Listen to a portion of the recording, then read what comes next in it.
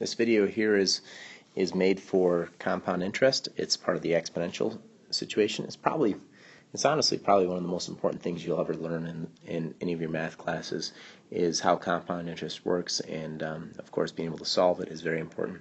But we're talking about exponential functions, and we're looking at growth, and compound interest is used for investments, and it's also used to figure out not only when money is growing, but also, like for instance, the value of your car, to figure out when it's going to get down to a certain value and that kind of stuff. So compound interest is extremely important.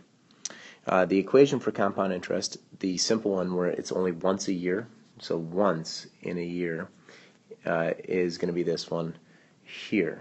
All right, so now the big thing is that plus is growth, minus, of course, is decay. So if it's bigger than 1, it's growing. If it's less than 1, it's shrinking.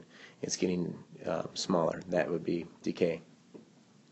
So depreciation is losing, appreciation is increasing. So just a couple of things to know.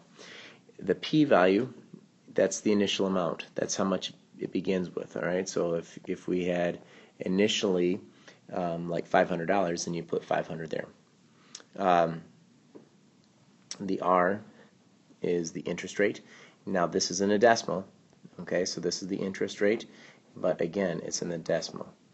All right, so like for instance, if it's 5%, then that'd be 0.05, okay, and then time is T, so the number of compounds, so the number of compounding is the T value. Okay, so again, this is representing once in a year. Okay, so I invested $500 when my son was born into a college fund. This is true. Assuming 9% growth annually, approximately how much money will he have to go to college in 18 years? So we're going to use the compound interest formula. We know it's just once a year that we're looking at because it's annually. And so we're going to have the amount, which is like y, so it's the same as saying y equals. And it's going to be $500. And it's going to be 1.09 because you're adding 9% to the 1.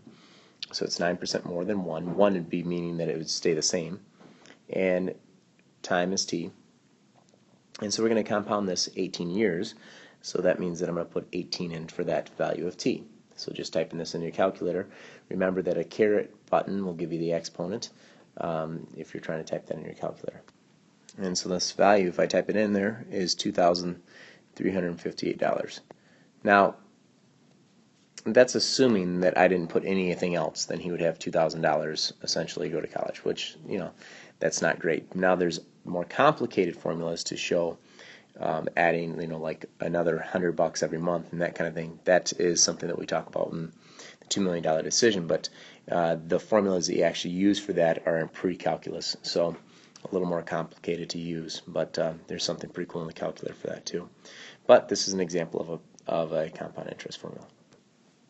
Okay, so I purchased a used car for $18,000, assuming about a 23% depreciation rate based upon miles driven per year. How much will it be worth in 5 years? Okay, so once again, compound interest, and we're talking about just once a year. This is just once, oops, don't want to do that, just once a year. And so we started off with the value of the vehicle is $18,000. It's losing, so now instead of being 1 plus 0.23, it's going to be 1 minus 0.23 and to the t value. So it's a or it's y, doesn't matter. And so y equals 18,000.77 t. So it's losing 23%. So what does the 0.77 mean? It means it's maintaining 77% of the value. It loses 23%, but it maintains 77% each year. So if I wanted to go ahead and type this into my calculator, you know what, I'm going to make this a table instead of doing just typing in to make it a little more apparent here what happens to the vehicle. Okay, so 0, 18,000, 2, 3, 4, and 5. And I'm going to go and type these in, and I'm going to show them here. Okay, so I just made the table up. I typed in each of these values here, and you can see the car is losing quite a bit of money early on, and so it looks like this and near the end it's starting to slow down. The percentage is the same, but the amount of money is actually slowing down, so you're losing less and less money each year. And this is why it's nicer to buy an old car and based upon the value of the car. But you still have to have an older car then in that case. But yeah, so this would be the table. So after 5 years, the car is only projected to be worth $4,429. Now I used a pretty high depreciation rate of 23%, but I just made that number up based upon my guess. It's probably closer to 20%, and that would change that value significantly.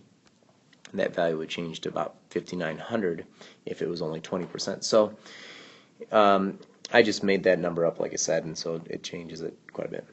Okay, now you can have compounding more than once a year.